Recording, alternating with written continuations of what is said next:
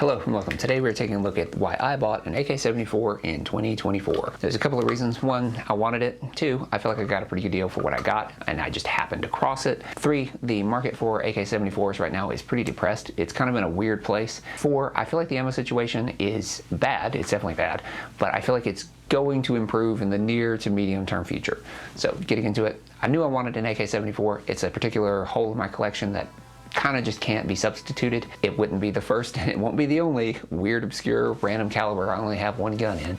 So I knew that it was something that I was going to eventually get. My original plan was basically to buy it in 4 to 5 years when Kalashnikov USA was on their second or third generation and actually had their stuff figured out. But when I ran across this guy, I decided that it would be more worth it to me, both as a collector and monetarily, to endeavor on this project than it would be to rely on eventually acquiring a domestic production. So that's why when I found it for less than $1,000, I was like, okay, fine, I'll take it. It was partially converted with just the rear end conversion, Tapco furniture. I changed out the pistol grip and it did not come with a magazine. But for what it is, you know, like I said, it will hold its value and it will be more valuable to me with it being a Russian AK than a domestically made one pretty much ever will be. Now, it's definitely going to be a project gun, but I went into it fully knowing that it's going to take me a couple of years to actually get everything sorted, get it done, and for me to be able to economically enjoy shooting it. Which brings us to the current state of 545 rifles. They're in a weird place in the market. A couple of years ago, there was a spike in interest between the AK curious AR guys, and just when ammo availability during the pandemic was in a different situation. And then when the Ukraine-Russia situation happened, I think there was a lot of interest in Russian and Soviet style stuff. Since then, folks have lost interest because they've gotten bored of the Ukrainian situation.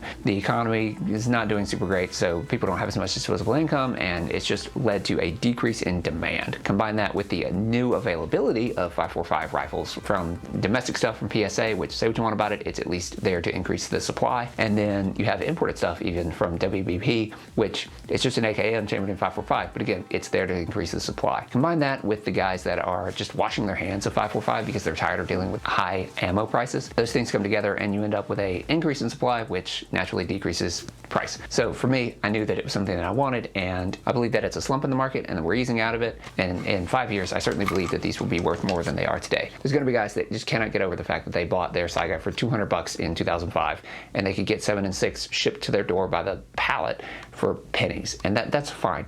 I don't live in that world, and I don't have 545, and so those are the guys that are selling because in their mind they can't get out of that context where it was so cheap. And I'm going into this knowing full well that it's going to be expensive and it's not something I can just mag up into trash thousands of rounds. I know that. I'm doing this as a collector, not because it's dirt cheap, which leads us to the ammo situation. It's not great. It's been deteriorating, but I personally believe, and maybe I'm biased because I want it to be the case, but I personally believe we're sort of also nearing the bottom of that trough with that situation as well. There's the ever-present, oh, it's coming next month, new production 545 steel case in the US that will eventually happen, and I'm not counting on that until it does actually happen, but it will eventually happen. There's some domestic stuff, but it's like weird and expensive federal VMAX, whatever. I don't really consider that. However, there is some international production that is being spun up, that is being imported. The first batch of that was corrosive. That's not a real solution, and I think that it's going to take a lot more than just that to fill the void in the market, but it at least indicates that somebody out there is listening. When that situation does break, which I do believe it will, then I think that the demand will pick back up, and at that point the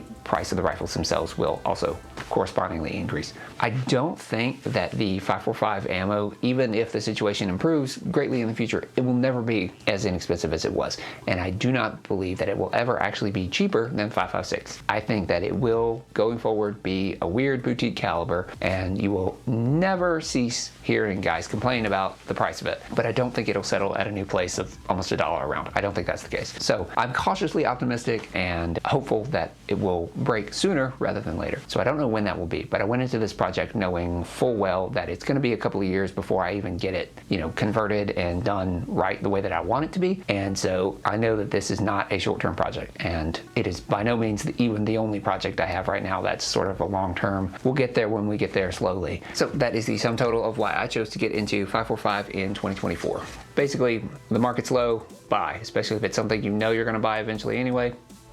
It's also the case that it's something that I happened to run across, and it wasn't something that I was necessarily seeking out. Maybe not the smartest move, but it's one that I think will work out ultimately in the end for me as a collector and as a shooter and as an enjoyer of Kalashnikovs. So let me know your perspective. Let me know if you share my line of thinking or if you think I'm crazy. I'd like to hear it, and thank you for your time. Thank you for tuning in, and I'll see you next time.